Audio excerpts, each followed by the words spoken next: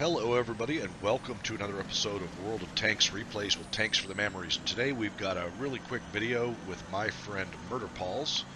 And Murderpaws is in his T-30 on Empire's border, one of the Asian maps there. Starting at the, I guess what we call the north spawn, and going to head down, pretty much head down the 1-2 line there for a little ways. He's playing his T-130. He likes this tank a little bit. He's sent me a couple of replays on this. One of them which was much better, and I didn't have a chance to get it recorded before they did the upgrade last week. So I'm trying to figure out how to be able to save it and still view it, and then I'll show it to you guys because it was apparently quite a banger compared to this match. But Murderpaws is doing what a lot of the TDs do, but he's doing it on this side of the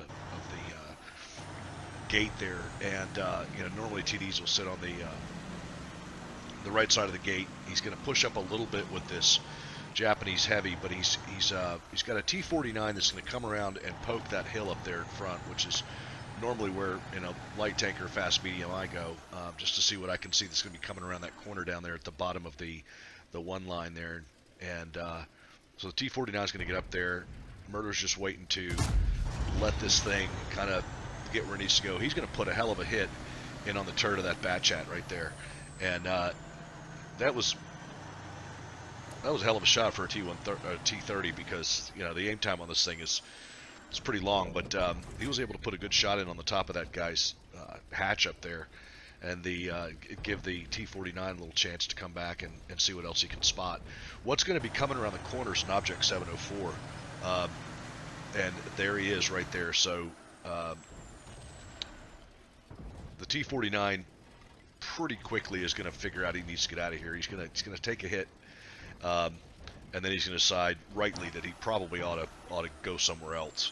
So Murderpaws is still back here. He's still ready to go. He does not have any gold rounds in this game. He's got a couple of high explosive, and he's got regular armor piercing. So he's going to kind of back up a little bit, try to get back to where that gate is, because he knows that 704 is coming around, and that thing could put some serious hurt on him. So he's going to try and get pulled back here in a minute after he gives him one good smack, and then he's going to kind of pull back and wait a little bit, even though that 704 is going to know that he's where that shot came from, because that was a big old hit. So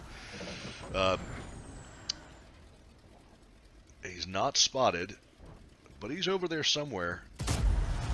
But then the bat chat that he smacked earlier comes riding up just as bold as daylight and gets deleted from the game for that one. So that was another pretty good hit. That guy was, I don't know what he was thinking. I don't know why he didn't think that somebody would still be back here. I guess he was going to try and go for Artie real quick while everybody else is distracted. So there's the 704 again.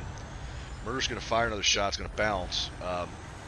That one hit the dirt in front of him, so he got really lucky. Didn't take a big hit on that one. So he's gonna, I think he's gonna switch over to HE here, if I'm not mistaken. This is where he switches over to HE, but he's got Artie help now. The guy is stunned a little bit, which is helpful.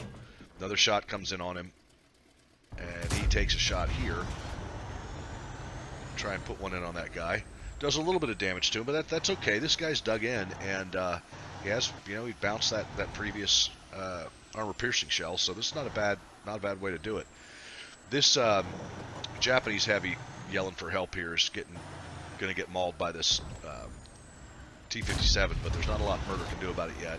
Nice. Another shot comes in from the 704, and now that he's taken him out with HE, now he can move around. This is pretty textbook, man. He's done really well so far on this.